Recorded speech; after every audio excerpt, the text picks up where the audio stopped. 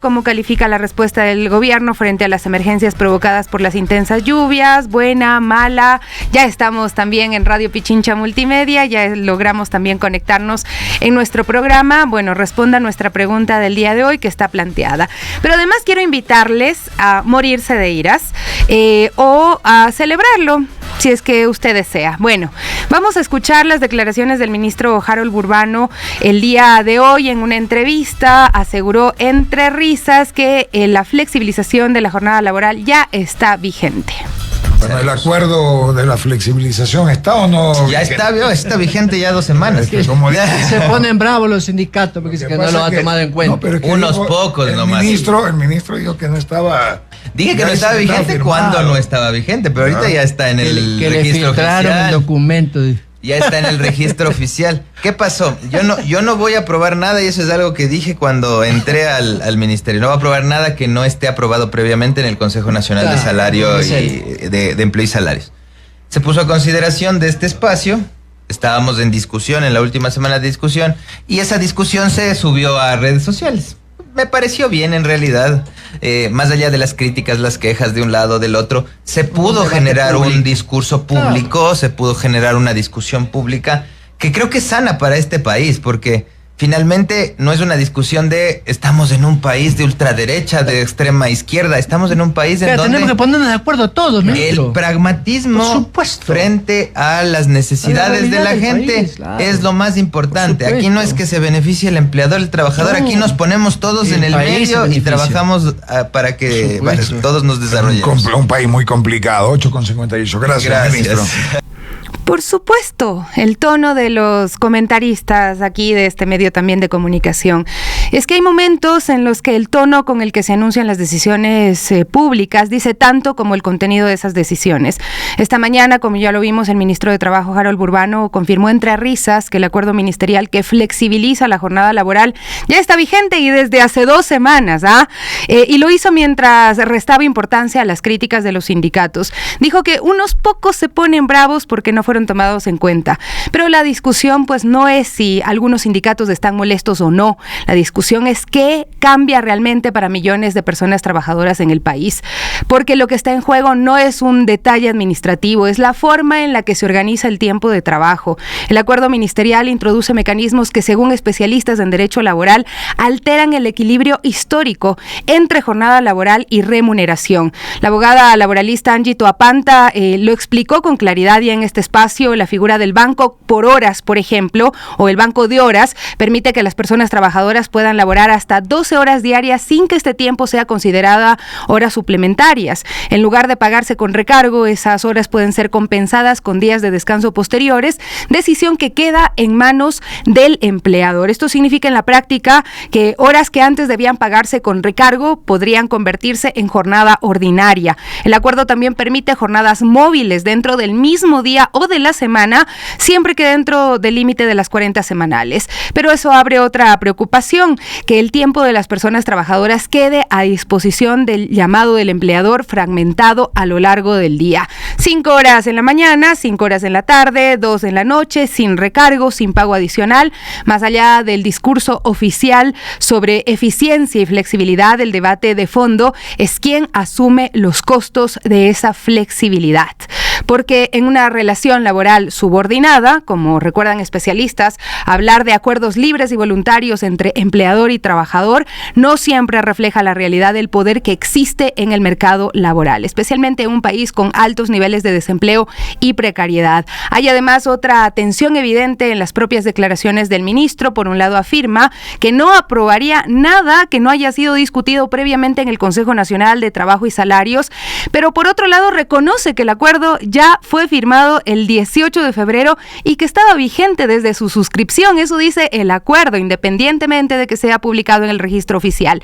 Así es que si el debate todavía estaba abierto, surge esta pregunta inevitable: ¿por qué la norma ya estaba firmada? Ya había sido publicada incluso en la página oficial del Ministerio de Trabajo. Las reformas laborales pues suelen presentarse como medidas técnicas, pero en realidad son decisiones profundamente políticas porque redefinen cómo se distribuye distribuye el tiempo, el ingreso y el poder dentro del mundo del trabajo. Y cuando ese debate pues se anuncia entre risas, el mensaje que se transmite es también preocupante. Que el impacto real en la vida de las personas trabajadoras no está siendo tomado con la seriedad que merece, más aún cuando esas decisiones afectan algo tan básico como la duración de la jornada laboral y el valor del tiempo de trabajo. Finalmente, pues el ministro ha señalado que este acuerdo fue discutido dentro del Consejo Nacional de Trabajo y Salarios, donde participan representantes de trabajadores y empleadores, y pues hay que nombrarlos también.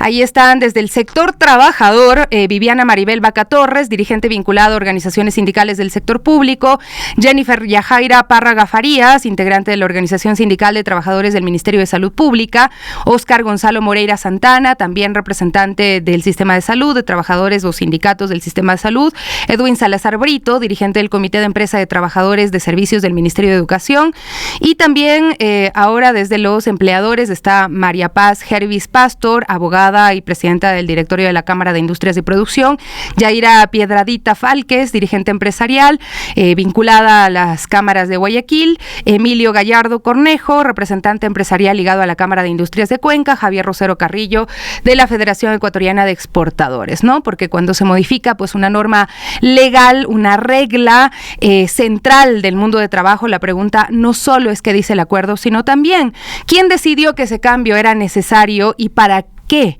y para quién lo es realmente, ¿no? Vale recordar además que el país ya se ha pronunciado sobre este tema en las urnas en 2008, primero al aprobar una constitución donde los ecuatorianos respaldaron la prohibición de las formas de precarización y luego en consultas populares, ¿no? Solamente en el 2024 más del 60% de las personas que votaron en consulta popular le dijeron no al trabajo por horas, así es que esto es una violación flagrante a la voluntad popular. Bueno, Colombia atraviesa uno de los momentos políticos más decisivos de las últimas décadas tras la llegada de Gustavo Petro al poder en 2022, el primer presidente de izquierda en más de 200 años de historia republicana, pues el país se encuentra nuevamente en un proceso electoral que definirá si ese proyecto político logra consolidarse o si las fuerzas tradicionales retoman el control del Estado, ¿no? Las elecciones se desarrollan en un contexto además de fuerte polarización política. La izquierda agrupada en el Pacto Histórico logró consolidarse como la principal fuerza del Senado con cerca del 22.8% de los votos y alrededor de 25 curules, aunque sin mayoría suficiente para impulsar reformas estructurales sin alianzas. Los resultados electorales más recientes también empiezan a perfilar las figuras que marcarán la próxima contienda presidencial, entre ellas pues el senador Iván Cepeda, una de las voces más reconocidas también de la izquierda colombiana, defensor histórico de los derechos humanos, quien ha sido clave en las denuncias sobre paramilitarismo y violencia política en el país. A este escenario se suma la elección de la lideresa indígena Aida Quilcué como fórmula vicepresidencial, una dirigente del pueblo Nasa que durante años ha encabezado luchas por el territorio, la paz, los derechos de los pueblos indígenas en el Cauca, una de las regiones más golpeadas por el conflicto armado. Además, pues estas elecciones no solo se juegan dentro de Colombia, sino también analistas dicen que el país ocupa un lugar estratégico en América Latina por su relación histórica con Estados Unidos, su papel en la seguridad regional, la presencia de bases militares y el control de recursos estratégicos, lo que convierte el proceso electoral en un punto de interés para actores internacionales. Y todo esto ocurre en medio de tensiones regionales, como la reciente confrontación comercial entre Ecuador y Colombia, luego de que el presidente ecuatoriano anunciara aranceles a productos colombianos, lo que ha escalado en una disputa política, económica entre ambos países, y pues bueno, siempre pagando las consecuencias las personas, los ciudadanos. Así es que queremos comprender un poco más todo lo que hemos contado y nos acompaña la historiadora colombiana Paula Daza. Gracias por estar aquí hoy en nuestro estudio en las Guarmis y bueno, cómo entender por qué estas elecciones son consideradas por muchos analistas también como uno de los momentos políticos decisivos en la historia de Colombia. Bueno, primero buenos días, gracias por la invitación y también siempre por la atención por el escenario político colombiano, que obviamente también conversa perfectamente con el escenario político ecuatoriano, ¿no? Pues por muchas razones. Efectivamente, el domingo 8 de marzo tuvimos las elecciones al Congreso de la República. Bueno, dos cositas como de contexto que por ahí pueden ser útiles. La primera, decir que el voto en Colombia no es un voto obligatorio como en el caso ecuatoriano. Entonces, más o menos estaban habilitados unos 40 millones de colombianos para votar. De esos votaron 10 millones. Digamos, en las últimas elecciones sí ha habido un aumento del voto en general en el país, pero digamos que la votación sigue siendo escasa, digamos, ¿no? Claro. Bueno, en fin, esas son... Es un cuarto de la población. Claro, son discusiones, ¿no? Sobre la trascendencia o no de poner el voto como obligatorio. Bueno, pero en fin, en todo caso, ese es un elemento, ¿no? Como para entender que es distinto al escenario político ecuatoriano. Y estábamos eligiendo las cámaras, el Senado. Colombia tiene una organización bicameral, hay Senado y Cámara. Los senadores representan a todos, es una representación nacional, y la Cámara representa los territorios. Entonces la Cámara se votan por allá no hay provincias como acá, sino departamentos, entonces se vota por departamentos, y hay algunas jurisdicciones especiales, por ejemplo, las comunidades indígenas, las comunidades afros, hay algunas, teníamos una curul también internacional de lo que representa a los colombianos y colombianas en el exterior. Y bueno, entonces los resultados un poco de ese escenario pues ya son claros, ¿no? Porque ya están completamente pues sabidas los resultados. Y otro elemento que se votó fueron las consultas interpartidistas, porque el próximo 31 de mayo son las elecciones a la presidencia de la República en Colombia. Así que digamos, este también era un termómetro de la primera, casi que esta era una primera vuelta, digamos, porque se estaban jugando también las representaciones en el Senado. Lo que se obtuvo fue una mayoritaria participación a favor del pacto histórico, que es el partido del actual presidente Gustavo Petro, que de todos modos abres un buen sendero, porque pues ustedes saben que cualquier gobierno de izquierda o derecha, de la postura que sea, si no tiene apoyo en la votación en el Senado, en la Cámara, bueno, en este caso es imposible pues llevar a cabo la reforma. Sin embargo, decíamos que es insuficiente, habría la necesidad de alianzas. ¿Cómo quedaron las otras tiendas políticas también? ¿En qué tendencia mayoritariamente se ubica esos 10 millones de personas que votaron? Bueno, entonces tenemos la mayor votación se dio para el pacto histórico. La segunda, fuerza política, que otra vez vuelve a tomar como impulso. Fuerza en Colombia es el Centro Democrático, que para los que no son expertos en en política colombiana, digamos, es el ala que representa a Álvaro Uribe Vélez, ¿no es cierto? Y su partido. También hubo votación. La ultraderecha, básicamente. Que es la ultraderecha, ¿no es cierto? Recuerden ustedes que una de las razones por las cuales ganó el gobierno Petro es porque es el gobierno de la paz, ¿no es cierto? Porque esa también esas son las banderas también de los demócratas en Colombia, ¿no? Las banderas de la paz. Entonces, claro, y de ahí quedaron otras fuerzas en la composición del Senado. Sin embargo, hay que decir que el pacto histórico ganó muchas más representaciones con respecto a las elecciones de hace 4 años en las dos cámaras, en el Senado y en la Cámara. Así que sin duda habrá que hacer acuerdos, digamos, también hay otros movimientos como los verdes, digamos, gente más del centro con el que se pueden hacer más alianzas y digamos no representan a la ultraderecha, pero de todos modos sigue siendo un escenario dividido, o sea, no vamos a decir que ha sido que la izquierda arrasó con todas las lugares dentro del Senado, sino que digamos se genera una cierta división. De todos modos da un poquito de alivio y un poco más de aire, porque pues eso significa que el programa de gobierno del candidato presidencial del pacto histórico del ganador tendría una mayor posibilidad de injerencia pues en términos de leyes, ¿no? Y de las votaciones. Pero sí es importante profundizar un poco más en lo que implica esta polarización y este enfrentamiento del uribismo y el pacto histórico, de la tendencia de izquierda en Colombia. Tú decías en la presentación de este espacio que es inédito que en Colombia haya ganado la izquierda, ¿cierto? Porque pues para los que no son tan jóvenes, que nosotros tuviéramos algún dato de que alguien de la izquierda hubiera ganado en Colombia es una cosa completamente inédita, es una cosa completamente extraña, porque tal vez de las derechas más recalcitrantes de América Latina era la colombiana. Solo por darles un ejemplo a los oyentes. Nosotros tenemos presidentes como por ejemplo el último presidente Santos, que fue hijo de presidente y nieto de presidente. Entonces nosotros tenemos una trayectoria de presidentes que vienen desde el siglo XIX. O sea, casi que desde que se constituye Colombia como república, tenemos enquistada una clase política que ha heredado a través de sus familias el poder. Es un dato no menor. Claro, sí, o sea, eso es importante. Pero se pierde de vista. Claro, fíjate que en las consultas partidistas que se hicieron ahora el fin de semana, se hizo la consulta de la derecha, ¿no es cierto? Y ahí salió ganadora la ganadora, que es Paloma Valencia. Ella es hija de un gran hacendado del Valle del Cauca, de la región del Cauca, y su abuelo fue presidente, ¿no? Y representan, digamos, como esa élite de Popayán, esa élite blanca que siempre ha sido tan elitista y tan racista, ¿no?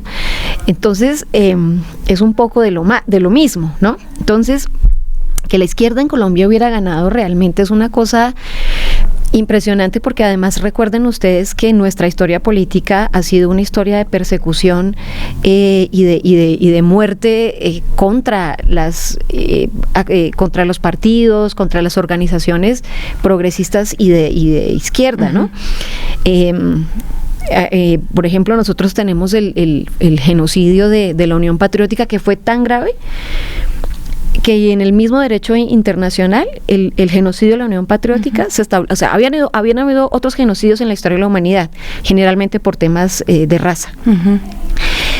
Pero el genocidio político es inédito y tuvo que hacerse una legislación nueva para tratar de entender qué fue lo que pasó en el caso colombiano. Entonces, es arriesgar la vida, casi tomar las banderas de la izquierda, así que no es una victoria menor. Y claro, y la división también se expresa porque es que la derecha ha gobernado tradicionalmente, controla los medios masivos de comunicación, ¿no es cierto? Entonces, es una lucha compleja. Y esta necesidad de retomar el poder también, de alguna forma desesperada también, que se evidencia, pero quisiera ir un poquito a cuando gana Petro. ¿Qué condiciones se daban en el país para que gane Petro? ¿Y qué ha avanzado, qué se ha logrado hacer de lo que Petro proponía, que pueda darle a la población colombiana como esa confianza de que apostar nuevamente por la izquierda puede mejorar su calidad de vida? Bueno, cuando ganó Petro, yo no sé si ustedes se acuerdan que en el 2022 tuvimos unos levantamientos populares y sociales muy grandes en Colombia, ¿no es cierto?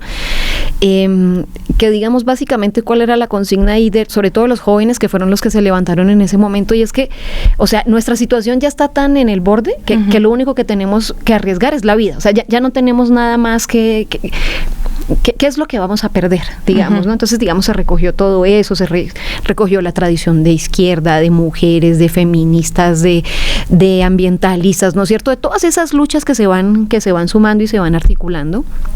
Ahora, ¿por qué parece que el camino de Petro o el sendero, digamos, que se abrió a través y no de Petro como figura, sino digamos de todo el pacto histórico, es un sendero interesante? Primero, se logró que la izquierda se unificara, ¿no es cierto? El pacto histórico es la reunión de muchas fuerzas políticas de izquierda y progresistas en Colombia. Eso también es un llamado interesante, sobre todo, digamos, comparando con el escenario ecuatoriano, ¿no es cierto? Porque ahí también parece que están las pistas que sabemos que nos dan la posibilidad del triunfo, ¿no? El pacto histórico está conformado por gente que hacía parte del Polo, de la Colombia Humana, del Partido Comunista, de la Unión Patriótica, ¿no es cierto? Entonces, por un lado, se logró acuerdos, ¿no es cierto? Y eso es una cosa trascendental, porque ustedes saben que a veces los personalismos pesan más, ¿no? Entonces, eso por un lado. Ahora, ¿qué se ha logrado, digamos, en términos generales con el gobierno de Petro? Hemos logrado varias cosas. Primero, por darles un dato, la semana laboral en Colombia hasta hace unos meses era una semana laboral de 48 horas. Eso quiere decir que cualquier colombiano trabaja de lunes a sábado. Ese es nuestro régimen laboral. O entre semana, porque alguna vez que fui a Colombia me asombró eso y decían, bueno, vamos a trabajar 2 horas más al día para no trabajar el sábado, por ejemplo, ¿no? Entonces, aquí comparado con en el escenario ecuatoriano, la gente descansa generalmente sábado y domingo. Bueno, acaban de aprobar una reforma, ¿no es cierto? Un acuerdo ministerial eso rarísimo. Es como para también dar las pistas de por qué elegir una opción política que piensa en la mayoría nos beneficia a todos, ¿no? Las horas extras durante el gobierno de Álvaro Uribe Vélez, ¿no es cierto?, se establecieron a partir de las 10 de la noche. O sea, la gente ganaba extra solo si trabajaba después de las 10 de la noche. Imagínate, ¿no? Los feriados y festivos, que igual son días, digamos que siempre se pagan doble, se pagaban solo al 75%. Entonces, en este gobierno se logró cambiar eso, se redujo 2 horas la semana laboral y se establecieron las horas extras a partir de las 7 de la noche. ¿A quién favorece eso? Sobre todo a la gente que trabaja en la noche, los guardias, la gente que trabaja en el sistema de salud, ¿no es cierto? Entonces, eso por un lado. La repartición de tierras también ha sido una cosa trascendental, Sofía, porque nosotros en Colombia no tuvimos una reforma agraria como en el Ecuador, ¿cierto? Acuérdense la famosa reforma agraria de los 60 en el Ecuador, con todas sus críticas y con todos sus problemas. De todos modos, eso fue un parteaguas de cómo se divide la tierra en Ecuador, pero en Colombia eso nunca fue posible. Por eso, la mayor razón de la desigualdad social en Colombia tiene que ver con la concentración de la tierra y los grandes latifundios que han gobernado ese país. Entonces, se han logrado restituciones de tierras de muchas comunidades campesinas que a punta de bala, ¿no es cierto?, habían sido sacados de sus tierras originarias, muchos de ellos compatriotas nuestros que viven aquí, refugiados y exiliados. 6 millones de desplazados, exacto, ¿no? Y más o menos se calcula que somos unos 500,000 colombianos acá, muchos de ellos salieron realmente huyendo de la guerra. Entonces, la distribución de la tierra se ha logrado, se han logrado generar recursos para la educación pública, sobre todo para la educación pública universitaria, se logró un inédito e histórico subida del salario mínimo en Colombia, que siempre había sido muy paupérrimo, muy poco, ¿no? Entonces, se lograron este tipo de cosas y más o menos jubilados en Colombia, de la masa laboral, un 30% alcanza su jubilación, ¿no? Para luego mostrar también cómo es que funcionan los sistemas privados de jubilación, ¿no? Y a propósito, digamos, de los debates de la importancia de tener un sistema como el Seguro Social en el Ecuador. Entonces hay una gran masa de población mayor colombiana que no tiene ningún ingreso. Entonces, más o menos unos 3 millones de colombianos, gente mayor, están recibiendo una pensión más pequeña, digamos que la establecida, pero es un ingreso que les permite alguna dignificación de su vida, ¿no? Entonces, digamos que en términos generales se ha logrado darle voz a los menos, ¿sí? Porque es que recuerden ustedes que Colombia es uno de los países más desiguales, no de la región, del mundo, ¿no es cierto? Entonces es evidente que cuando hay un proceso de concentración de la riqueza tal, pues significa que hay unos pocos ganando mucho, ¿cierto?, en mucho privilegio y una gran masa en una situación muy complicada. O sea, Colombia tiene dueños, ¿no? Dueños, literalmente dueños de la tierra, que son dueños de media Colombia. En este contexto igual aparece la figura de Iván Cepeda, defensor de derechos humanos, una de las voces críticas del uribismo, que representa esta posible candidatura dentro de la historia política reciente de Colombia, y además la figura que elige para acompañarle, una lideresa indígena, Aida Quilcué, que entiendo tiene fuerza en el Cauca. Sí, bueno, Iván Cepeda, abogado, filósofo, ha sido una persona que ha tenido una gran lucha social, porque además sus padres también fueron asesinados en el conflicto colombiano, porque eran parte de la Unión Patriótica, ¿no es cierto? Entonces, digamos, ha vivido en carne propia el efecto de la guerra, y las banderas de Iván sobre todo son las banderas de la paz, porque es que eso es lo que nosotros intentamos, digamos, sostener, ¿sí? Nosotros hemos salido de 50 años de conflicto, ustedes saben los efectos que eso ha tenido también sobre el espacio ecuatoriano.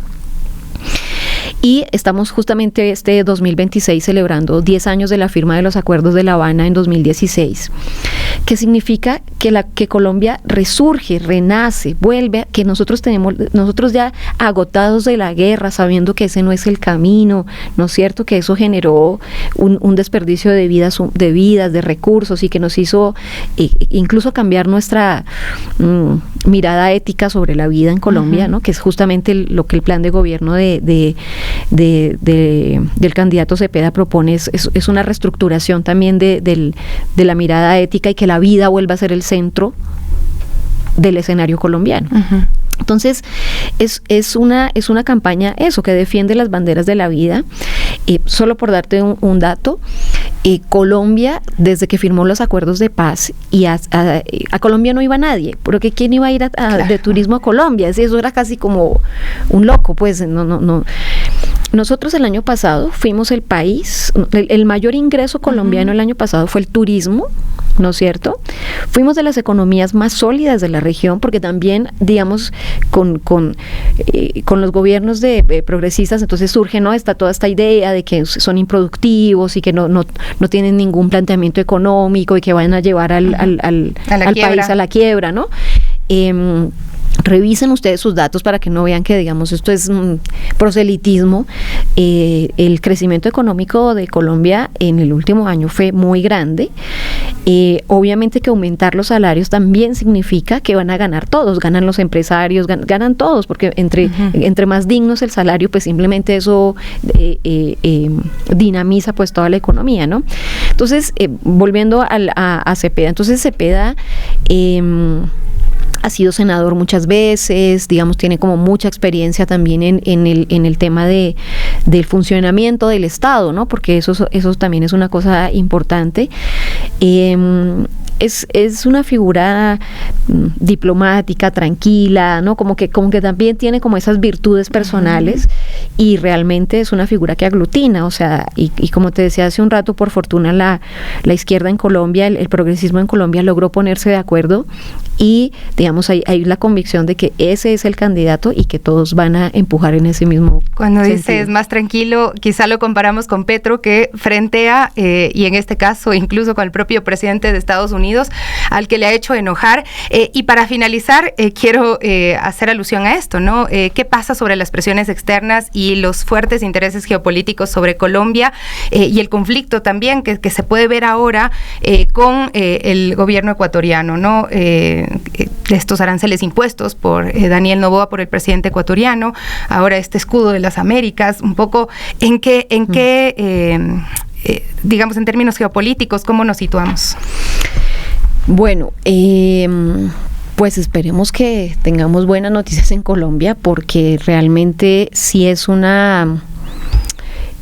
bastión, digamos, con respecto a lo que está sucediendo, como esta nueva oleada, ¿no? de los Estados Unidos de controlar el territorio como si realmente nosotros fuéramos, no sé, estuviéramos por allá en el siglo XIX, no sé, es como si estuviéramos en otras épocas, ¿no?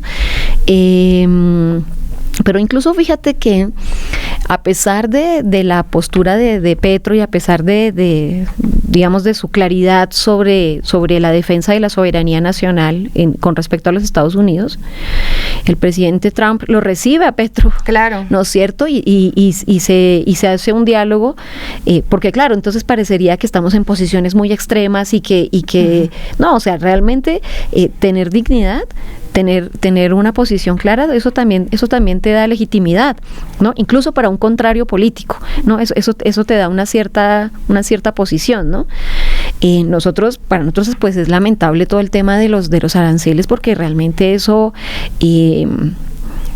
empobrece sobre todo a la gente de la frontera, ¿no es cierto?, a ecuatorianos y colombianos, ¿no?, que viven de un fluido comercio histórico de muchos productos colombianos, incluso, por ejemplo, productos como los farmacéuticos, que se importan desde Colombia, y que finalmente si los aranceles están a un 40 o 50%, pues es el consumidor ecuatoriano el que va a tener que pagar por su tratamiento de alguna enfermedad muchísimo más, ¿no? Entonces, Realmente eso es una cosa delicadísima, porque finalmente el que termina pagando todas las consecuencias pues es el ciudadano común y corriente. Muchísimas gracias, Paula, por acompañarnos el día de hoy. Importante extender este diálogo. Ojalá podamos hacerlo en una próxima entrevista, porque estamos muy unidos, Ecuador y Colombia, ¿no? Entonces lo que pasa ya nos afecta, lo que pasa en Ecuador también afecta, sobre todo al ciudadano de a pie, a quien, como tú dices, hoy está pagando también la consecuencia de este incremento de aranceles y pues estas decisiones arbitrarias que se toman pues en cierta medida, pues como lo vemos acá en el Ecuador. Paula, muchas gracias. A ustedes, muchas gracias. Vamos a hacer una brevísima pausa y regresamos enseguida con más de Las Guardias. Con ustedes, Gaby Cruz también, ya desde la cabina. ¿Cómo estás, Gaby? Buenos días. Buen día, mi Sofi. Buen día, amigos y amigas de Las Guarmis de Radio Pichincha. Estamos ya aquí acompañándolos con más información y ahora nos trasladamos a nuestra capital, mi Sofi. Así es, para conocer qué está ocurriendo pues en la comunidad, cuáles son los proyectos que se vienen, y ahí hay noticias interesantes. Y bueno, el municipio de Quito ya le apunta a la bicicleta pública como este proyecto clave de todo el sistema integrado de movilidad, siendo parte de esta conexión entre el metro, el trole, la ecovía y todos los barrios de la capital. Nuestra compañera Diana Dávila nos trae más detalles. Dianita, buenos días, te escuchamos. Compañeras, ¿cómo están? Muy buenos días. Este día el alcalde de Quito, Pavel Muñoz, presentó el proyecto de bicicleta pública que ya está en su fase de implementación en la ciudad y que iniciará sus operaciones en julio de este año. Es importante que el alcalde informe previamente sobre cómo va a funcionar este nuevo sistema, pues para que la gente pueda acceder a este servicio tiene que abrir su cuenta ciudad y con ello pues accederá a través de la tarjeta, por ejemplo, que se está repartiendo ahora, las 300,000 tarjetas que se están enviando gratuitamente a la ciudadanía, o también con las tarjetas que las personas tenían anteriormente y que sirven para el metro de Quito, pues esa misma tarjeta servirá para la bicicleta pública en esta intención de hacer un sistema único de recaudo. En este sentido, el alcalde explicó las diferencias que existen entre el contrato de la bicicleta pública anterior y el contrato de bicicleta pública que se firmó en diciembre de 2025 y, como les digo, entrará en operación desde julio de este año. La primera gran diferencia es que el contrato anterior fue previsto para 1 año. Este contrato ha sido firmado para 4 años. La segunda gran diferencia es el número de bicicletas.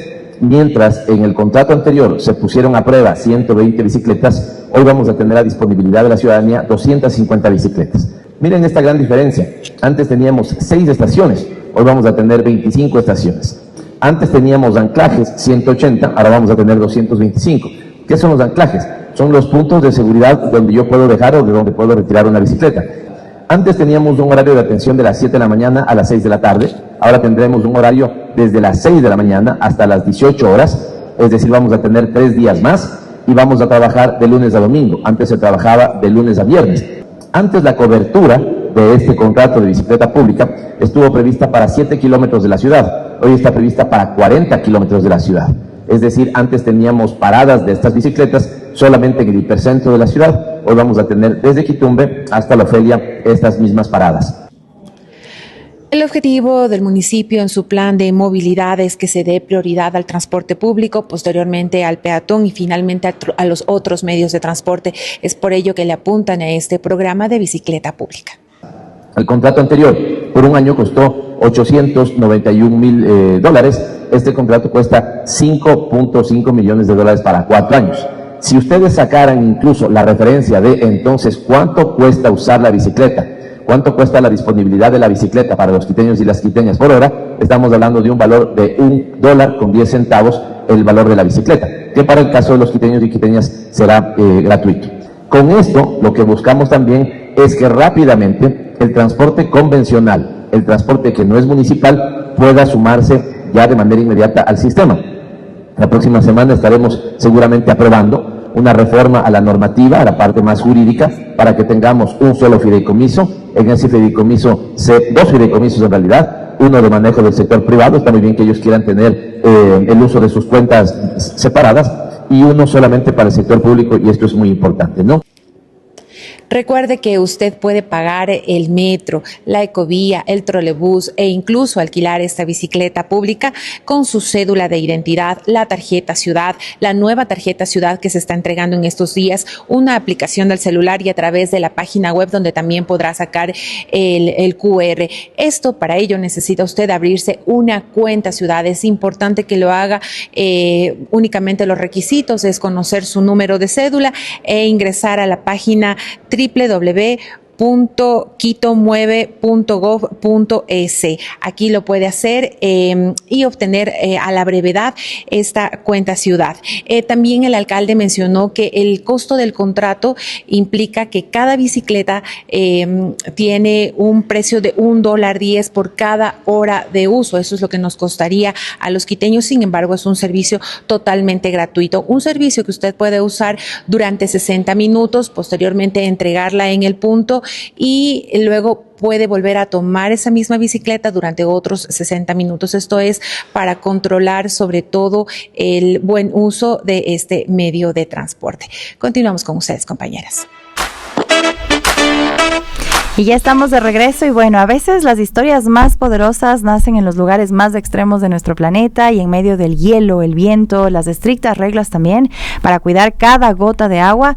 Un ecuatoriano vivió una experiencia que terminaría convirtiéndose en música y también en un mensaje ambiental. Así es, se trata de Carlos Cárdenas, creador de la canción 5 Minutos, inspirada en su participación en la expedición científica ecuatoriana a la Antártida en 2018. Pues durante este viaje, al cruzar el temido paso Drake y llegar a la base Pedro Vicente Maldonado, Cárdenas experimentó de primera mano lo que significa vivir con recursos limitados y entender el verdadero valor del agua. Y años después, ya esta vivencia se transformó en esta canción que ya circula por varios países, que ha sido también difundida por nuestra Cancillería como esta herramienta también de educación ambiental.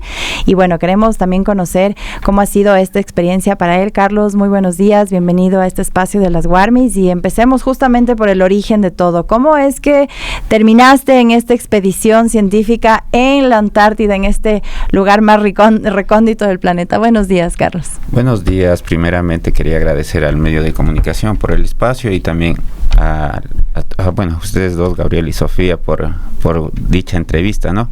De paso. Bueno, ¿cómo comenzó todo el tema de pertenecer o formar parte de la expedición científica del Ecuador en la Antártida?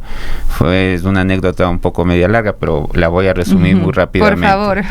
Bueno, yo me había reunido con el alto mando de la Armada en una ocasión por medio de un amigo mío, que eso también es otra historia, pero mi idea siempre era promover la actividad de buceo, no solamente en el área deportiva, sino en el área científica. Aquí quiero recalcar que yo soy buzo y hice mi curso en España y después regresé al Ecuador, viví 10 años en el extranjero. Entonces, por ese motivo yo comencé a promover el tema de buceo aquí en las universidades, donde me presenté en varias y daba charlas justamente del tema medioambiental y también de motivacional, porque aparte también soy coach. Y bueno, entonces por medio de este amigo pues tuve una reunión con el alto mando donde les dije que me gustaría, ¿no? Promover el tema de buceo, ya que la Armada tiene a los especialistas, los hombres rana, y pues ahí tiene esa conexión, ¿no? Y aparte que me hubiese gustado o después más adelante hacer algún tipo de reportaje con el tema de la base científica Pedro Vicente Maldonado que nosotros tenemos ahí en la Antártida, que en nombre en clave se llama PEVIMA. Bueno, entonces teniendo eso me comentaron, me dijeron, ¿sabe qué? Primero veamos cómo podemos trabajar en conjunto, veamos qué se va desarrollando durante el tiempo y después debemos de hablar en algún momento sobre ese tema de la Antártida, de la base PEVIMA. Bueno, yo les colaboré, estaba colaborando con ellos, estaba haciendo registro, tema de audiovisual, en distintos eventos que ellos tenían, hasta que un día pues me llamaron y ya me sorprendí. Yo estaba dando charlas en la Universidad de Guayaquil, recuerdo, justamente de la actividad de buceo. De repente tuve una llamada, me dijeron que me presente en una de las oficinas de ahí de Guayaquil. Me presenté y de repente pues me dan la noticia que había sido escogido para viajar a y luego estaba allá en la Antártida. ¿Cómo funcionan estas expediciones? ¿Qué tipo de trabajo se realiza en la base Pedro Vicente Maldonado? Y bueno, entiendo que uno de los momentos más críticos o quizá más retadores es ese paso, el paso Drake. ¿Cómo fue esa experiencia? ¿Qué tan duro ese trayecto para quienes van por primera vez? Bueno, pues es realmente una experiencia también muy loca porque uno tiene que dormir prácticamente amarrado con el cinturón de seguridad, porque el paso Drake es el mar más bravo del planeta, donde hay olas de 15 a 20 metros de altura. Entonces, claro, hay unas olas terribles donde las embarcaciones, muchas se han hundido, y obviamente pues es algo de realmente de tenerlo presente, y ahí se ve la fuerza de la naturaleza, ¿no? Así es, a la que hay que tener mucho respeto. Y justamente ya en este proceso de vivir toda esta experiencia también nace esta canción, ¿no? 5 minutos, que de alguna manera también es un tema para educación ambiental, que sí, es lo que entendemos. ¿Cómo nace también esta idea? Una parte ahí da el inicio, porque haciendo el cruce en el buque de la Armada chilena de nombre AP-41 Aquiles, en medio del trayecto, pues tengo mi primera inspiración. ¿Por qué?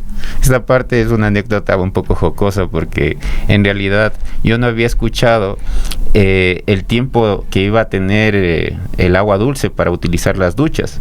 Entonces yo fui tranquilamente, como cualquier civil, ¿no? Que uno va y se baña tranquilamente el tiempo que uno piensa que está bien, ¿no? Pero cuando yo estaba en las duchas, pues como no había escuchado el tiempo que iba a estar, pues recortan el agua y me quedé enjabonado. Esa es la anécdota. Entonces, de ahí comienza la anécdota. Por medio de esa anécdota, pues comienza a nacer la canción. ¿Por qué? Porque después llego ya soy más consciente, ahí es donde reflexiono, ¿no? De los ciudadanos en común, que nosotros no tenemos esa conciencia, solamente abrimos el grifo de agua y ya está, y no pasa nada, pero no tenemos todo lo que conlleva, y esto es muy importante. Entonces, pues quedé con esa reflexión. Llego a la base Pedro Vicente Maldonado, voy en el grupo de avanzada en helicóptero, y a lo que llego, pues tengo una experiencia, que esta es la segunda vez de este tipo de experiencias que tengo, porque me bajo del helicóptero, me pongo de rodillas y topo el hielo de la Antártida con las manos. Cierro mis ojos y siento una paz, un amor, algo que es difícil de explicar. Entonces, se podría decir una conexión con Dios, con el universo, dependiendo de la creencia de cada persona, ¿no? Pero con esta situación es la segunda vez que me pasaba. La primera fue en el año 2013, cuando estuve buceando en Puerto López, en Isla de la Plata, para ser exactos, justamente en temporada de ballenas.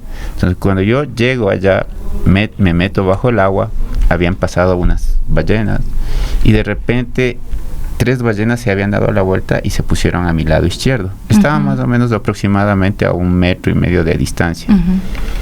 Y ahí tuve esa experiencia. ¿Por qué? Porque regresé a mirarlas y tuve la devolución de la mirada. Cuando uno ve directamente a los ojos de las personas, siente esa devolución. Pues yo sentí de ese mamífero marino la devolución. Enorme. Claro, eran 2 ballenas adultas y una ballena bebé. Entonces las adultas miden entre 15 y 20 metros y las bebés entre 8 a 12 metros. Pero sentir esa conexión, ahí es donde tuve esa conexión la primera vez. Y eso me cambió totalmente. Cuando pasa el tiempo, yo regreso de la Antártida al Ecuador. Y habían pasado prácticamente como 2 meses. Mi hija era muy pequeña, tendría alrededor de unos 3 años aproximadamente. Y bueno, me quedé con eso y siempre traté de inculcarle el tema del uso responsable del agua. Entonces siempre le decía: cariño, mi amor, por favor, 5 minutos y sale de la ducha. Siempre tenía esa frase para cuando se iba a bañar. Mi amor, 5 minutos y sale de la ducha. Es una idea sencilla pero poderosa, ¿no? Reducir el tiempo de la ducha para ahorrar agua. Estos hábitos cotidianos tienen un impacto real. Esta canción ya ha sido escuchada en Ecuador, en Chile, en Colombia, difundida, como decíamos, también por la Cancillería. Y bueno, ¿qué significa que este mensaje esté cruzando fronteras? ¿Realmente cree que tiene impacto esta canción? Pues muy bien que me lo preguntes, porque ahora voy a hacer el lanzamiento públicamente a través de este medio de comunicación. Vamos a conectar todas las escuelas y colegios que quieren formar parte de este nuevo proyecto que estoy lanzando, incluso con una guía pedagógica, pues se puedan sumar para el ahorro de agua.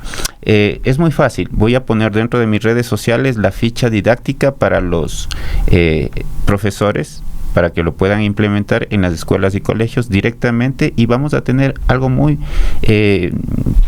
medible, ¿ya? Porque vamos a hacer este juego para que todos los niños y estudiantes lo puedan hacer y puedan sacar el ahorro de cuánto sacan en su casa, primeramente, y después de eso lo van a llevar a las escuelas y colegios, y vamos a hacer la suma de todas las unidades educativas para ver cuántos litros se ha ahorrado durante este proyecto. Así es. Y bueno, Carlos, ¿a través de qué redes sociales se puede también escuchar la canción? ¿Cómo podemos también obtener información de esto último? Pues la canción la pueden encontrar en más de 100 plataformas a nivel mundial. Se llama 5 minutos Carlos Cárdenas, y nuestras redes oficiales se llama ¿Quieres cambiar el mundo? Empieza por ti, la ciudad te necesita. Pero esto es muy importante también, ya que las personas que me están escuchando y a lo mejor tienen a un conocido o un familiar que se demora mucho tiempo en la ducha, pues pueden agregarlo poniendo hashtag baby 5 minutos. Muy bien, muchísimas gracias. Adriana Mosquera nos dice: me encantó esta historia de Carlos, qué valentía salir de la comodidad para apreciar más lo que se tiene. 10:05, ya nos despedimos de esta entrevista, pero de regreso tenemos todavía más información, así es que quédese con las guardias. Ya estamos de regreso y ahora queremos hablar de salud. Cada 12 de marzo se conmemora el Día Mundial del Glaucoma, esta fecha que busca alertar a la población sobre esta enfermedad ocular que avanza de forma silenciosa y que es una de las principales causas de ceguera irreversible en nuestro planeta. Muchas personas pueden padecerla durante años sin presentar sus síntomas evidentes, y cuando se detecta, pues el daño en la visión puede ser ya muy avanzado. Así es, en Ecuador la Sociedad Ecuatoriana de Glaucoma impulsa durante esta semana actividades de prevención y educación en más de 12 ciudades del país, con charlas, controles y campañas para promover el diagnóstico temprano. La recomendación de los especialistas es clara: los controles oftalmológicos periódicos pueden marcar la diferencia entre conservar o perder la visión. Y justamente para entender qué es el glaucoma, quiénes tienen mayor riesgo de padecerlo, cómo detectarlo a tiempo, ya conversamos con nuestra siguiente invitada en cabina, la doctora Gabriela Torres, oftalmóloga, miembro de la Sociedad Ecuatoriana de Oftalmología y también miembro fundador y expresidenta de la Sociedad Ecuatoriana de Glaucoma. Doctora, muy buenos días, bienvenida a este espacio de las Guarmis. Y bueno, primero, para conocer qué es exactamente el glaucoma, qué ocurre en nuestro ojo cuando la persona lo padece y cómo detectarlo a tiempo. Buenos días, doctora. Buenos días, gracias por la apertura. Bueno, el glaucoma nosotros lo conocemos como el ladrón silencioso de la visión. El problema es que no pica, no arde, no molesta.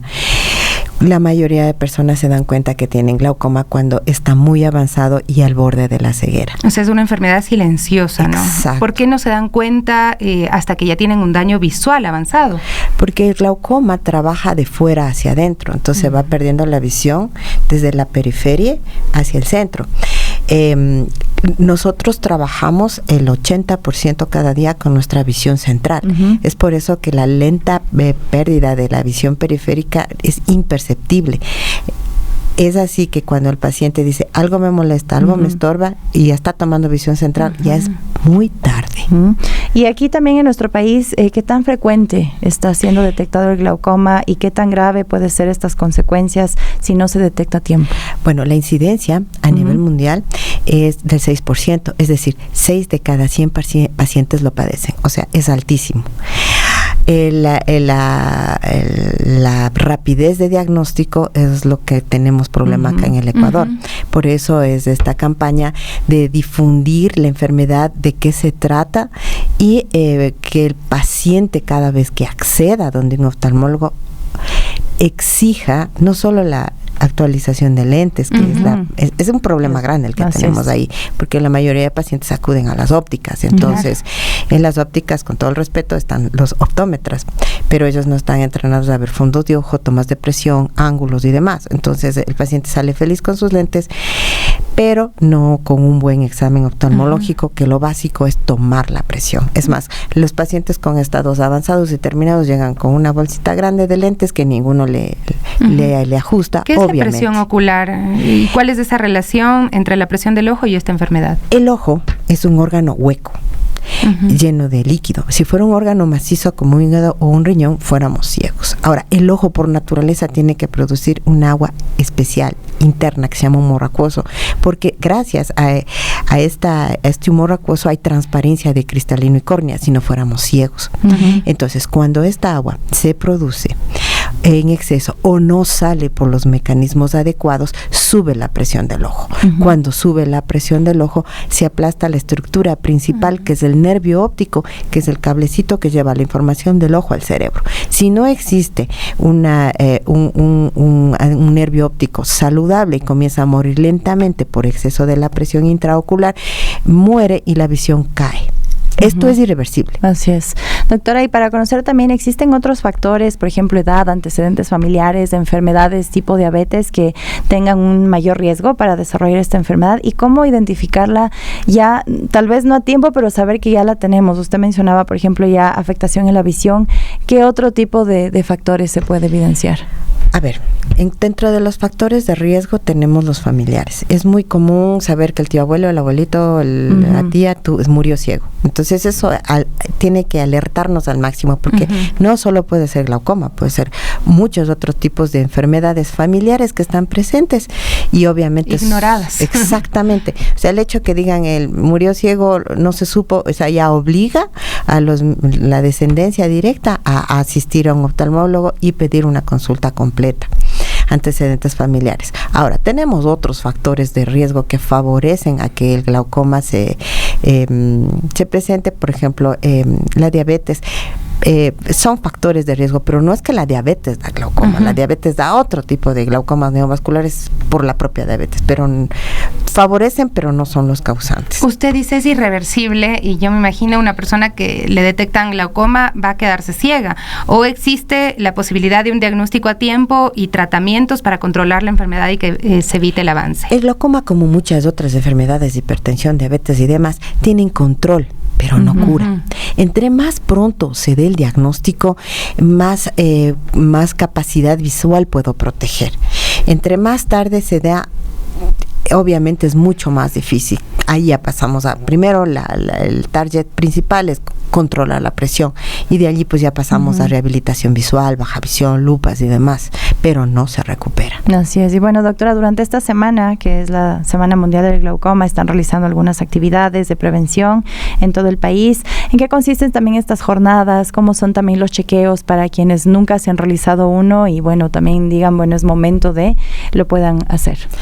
Nosotros estamos a nivel nacional desplegando charlas en la mayor cantidad de centros posibles de difusión e información. Bueno, ya se han hecho cosas bonitas. En Guayaquil se hizo una carrera, Corre por tus ojos. Se están tratando de iluminar edificios emblemáticos como la Virgen del Panecillo, mitad del mundo, Prefectura del Guayas, algunos lugares de Loja y Cuenca de verde, porque es el color de glaucoma. También se hizo un concierto con la Filarmónica de Guayaquil, todo a nombre de la Sociedad de Glaucoma, todo en afán de una difusión y conocimiento de que existe esta temible enfermedad. Bueno, finalmente, doctora, ¿cuál sería el importante mensaje para la población sobre el cuidado de la salud visual y la prevención del glaucoma? Todo paciente mayor de 40 años tiene que ir a hacerse un chequeo oftalmológico y exigir a su oftalmólogo que le tome la presión del ojo. Bueno, muchísimas gracias, doctora Gabriela Torres, con quien hablábamos de este importante tema, ¿no? El glaucoma, esta enfermedad silenciosa, cómo detectarla a tiempo también, y ustedes también que puedan participar y hacerte esos chequeos, ¿no? Siempre decimos aquí salud preventiva antes que todo, mi Sofía. Así es, vamos a hacer una brevísima pausa y ya regresamos con ustedes. Son las 10:14. Gracias a todos quienes se suman y nos escriben también a través de nuestras redes sociales.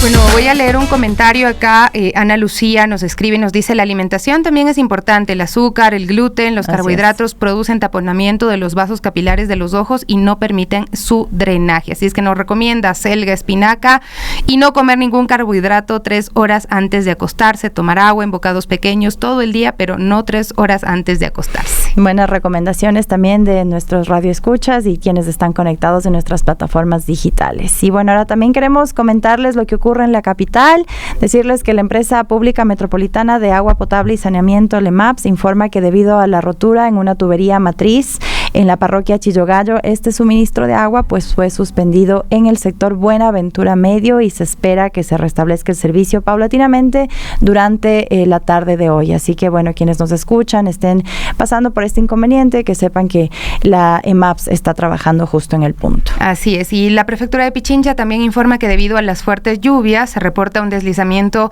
en la vía Intervalles en el sector La Toclia, por lo que este tramo se encuentra parcialmente habilitado. Tome las debidas precauciones. Y bueno, también contarles que más de 100 personas tuvieron que evacuar sus viviendas por las fuertes lluvias registradas, esto en Zaruma, en Portobelo, esto en la provincia del Oro. Desde la noche del lunes, durante la madrugada también de hoy, se registraron estas fuertes lluvias en esta provincia, afectaron a estos cantones. La Secretaría Nacional de Gestión de Riesgos informó que debido a las precipitaciones se produjo el desbordamiento de los ríos Salvias y Amarillo, y en varios videos difundidos en redes sociales justamente lo estamos pasando uno, se evidencia la fuerza, ¿no?, del agua que inunda las calles, las viviendas de todas estas zonas gravemente afectadas.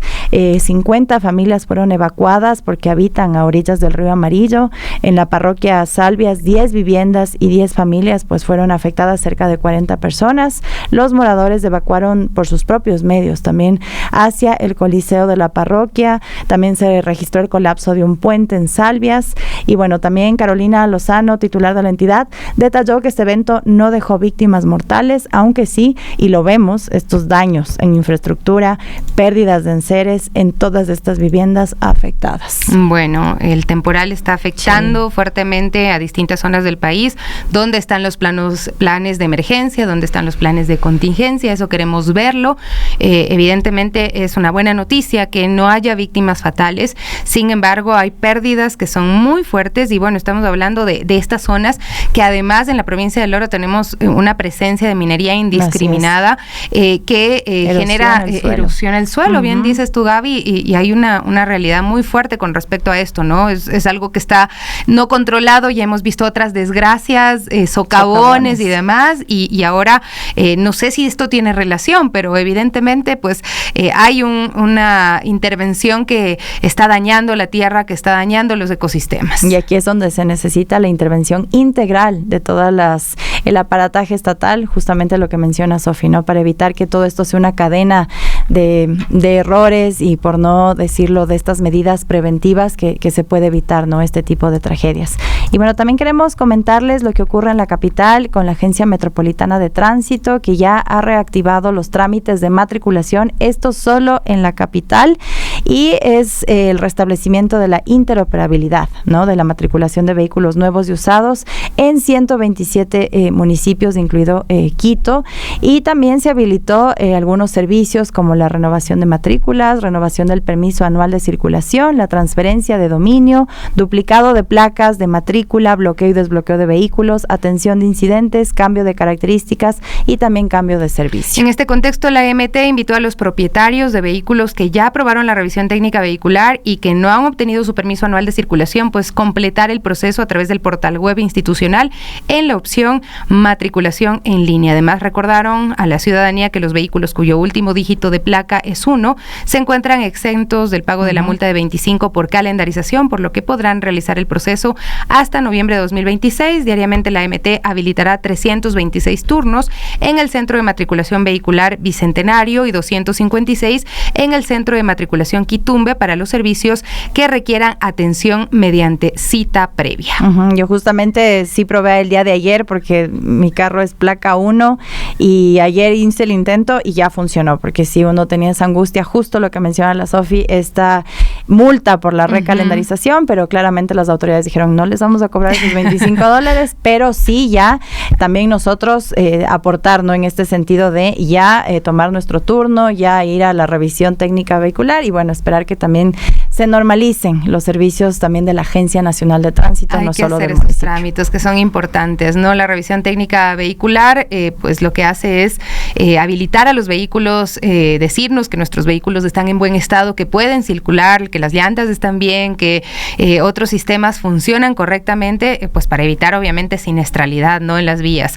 La prefecta de Pichincha, Paola Pavón, también a través de un video en su cuenta de X se pronunció sobre las reformas al COTAD y señaló que nos cambian las reglas fiscales y pretenden llamarlo eficiencia. En Pichincha, nuestra decisión política es invertir en salud, protección a las mujeres víctimas de violencia, niños y niñas de las escuelas deportivas y de música, y para defender estas políticas públicas hacemos un llamado a la Corte Constitucional que declare inconstitucional esta reforma. Esto fue lo que dijo. Los ingenieros, los obreros, los arquitectos, los ingenieros de riego, que son personal que está cargado a gasto de inversión, de un plumazo pasan a gasto corriente. Entonces nos dicen, es que como son ineficientes no van a poder cumplir la norma. Nos están cambiando las reglas de juego en último momento y nos están obligando, Fabricio. Las medidas van a ser muy duras. Las medidas van a ser muy duras porque nos están obligando a cerrar los programas que atienden a los niños, las escuelas deportivas, las escuelas de música, los Guarmis que nos ha costado tanto. Usted acaba de tener a su entrevistada de Naciones Unidas en donde dice el Ecuador todavía tiene que seguir luchando contra la violencia de género a propósito del 8 de marzo. No podemos seguir normalizando la violencia, pero para eso hay que tener servicios, hay que tener política pública y sobre todo presupuesto. Solamente el año pasado, yo quiero comentarle, Fabricio, que nosotros en inversión de Guarmi Pichincha, de Pichincha Humana y de Guambra Pichincha, que atiende a los jóvenes, hicimos una inversión de 6,5 millones. Ahora, si contabilizamos además la infraestructura, estamos cerrando en 9 millones. El Ministerio de Inclusión Social, el Ministerio de la Mujer que cerraron, el Ministerio de Cultura que cerraron porque no tenían inversión, porque la política pública se hace con inversión. Bueno, estaban las declaraciones de la prefecta Paola Pavón y bueno, la discusión está latente, está presente. Hoy también usuarias precisamente de los Guarmi Imbabura, del Guarmi Imbabura, van a estar en la capital y han decidido ellas poner una demanda de inconstitucionalidad a esta norma porque son estos servicios los que podrían verse afectados, servicios que ellos dicen pues han cambiado su vida, han transformado la situación de la violencia que se estaba viviendo en sus vidas y pues si se quedan sin la atención psicológica, sin la asesoría legal, ellas dicen qué va a ser de nosotras, qué va a ser de las mujeres que sufren violencia en este país. 6 de cada 10 mujeres están sufriendo violencia en el Ecuador, por eso están con la intención de presentar esta demanda de inconstitucionalidad en la Corte Constitucional acá en Quito. Vienen desde Imbabura para presentarla, será un poco más tarde. Así es, y bueno, y justamente antes de despedirnos, los queríamos compartir este resumen, ¿no?, del foro especial que realizó el equipo de las Guarmis. Sofi también estuvo ahí en Imbabura, sobre los derechos de las mujeres no se tocan, y justamente hablando de este tema, ¿no?, de las reformas al COTAD que están afectando gravemente a todos estos servicios públicos, a estos programas sociales que se acercan a la ciudadanía y que lamentablemente pues se verían gravemente afectados. Así es, ellas nos dicen, las Guarmis no se tocan, estos proyectos sociales, la salud mental no se toca. Esta es la consigna con el cual también seguramente vienen hoy a poner esa demanda ante la Corte Constitucional. Con esto nos despedimos, queridos amigos, amigas, ya vienen las noticias. Importante saber qué está pasando a esta hora en el país. Y bueno, les dejamos con esto, pero sigan conectados a la señal de Radio Pichincha, se vienen las noticias del Kike Show con nosotras hasta mañana, pero miren este resumen del foro, los derechos de las mujeres no se tocan. Después de haber hecho este recorrido por Guarmi Imbabura, no podemos irnos sin escuchar las historias de las mujeres que son usuarias de estos servicios. Es importante también para entender cómo funcionan los procesos, cuánto tiempo pueden durar estos procesos. Sí, creo que es importante mencionar que el 8 de marzo es un día tan especial que ha estado también impulsado por la lucha de muchas mujeres en muchos espacios distintos. Para mí es importante, creo que para las compañeras también y para muchas más que van a ser parte de este proyecto, porque este tipo de situaciones que hemos pasado todas, a veces pueden ser parecidas, otras pueden ser diferentes, van a pasar, ¿no? Y esperamos que eso se disminuya, ¿no? y gracias a Warmin Babura, como lo estaba mencionando la viceprefecta Paulina Betancourt, se ha reducido gracias a este tipo de proyectos sociales que ayudan, que se preocupan por las necesidades de las mujeres, por lo que está sucediendo en sus vidas, porque si una mujer está mal dentro de su vínculo familiar, todos sus miembros van a estar también mal. Entonces, si hablamos del bienestar de una mujer, también hablamos del bienestar de una comunidad. Que no se callen, que por miedo de la sociedad o el qué dirán, nosotras muchas veces nos callamos. Muchas veces decimos es que no nos van a creer, pero aquí en Warmin Babura es diferente. Es el ambiente más consolidado, porque tú encuentras en las personas, apenas entras, encuentras una sonrisa y no un ella qué hace aquí. Entonces yo creo que las mujeres no deberíamos callarnos ante ninguna situación que hayamos pasado o estén pasando, porque aquí te ayudan y te hacen ser una mujer fuerte. Como dijo mi compañera, el 8 de marzo es para conmemorar la lucha de las mujeres que han estado ahí y siguen luchando por los derechos de las mujeres, y yo creo que es importante el no callarnos y hablar. El 8 de marzo pues es una fecha en donde todas las mujeres nos hacemos presentes, sacamos nuestra voz, damos nuestra voz, decimos lo que sentimos.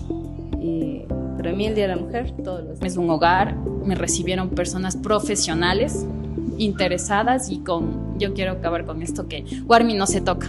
La política pública o las situaciones o la incidencia o los temas financieros, porque venimos de un déficit fiscal, y las leyes y todos estos temas de los GATS y la reforma presupuestaria que está habiendo.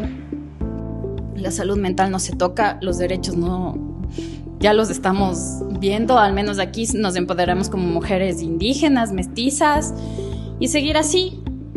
Con Warmin no se toca.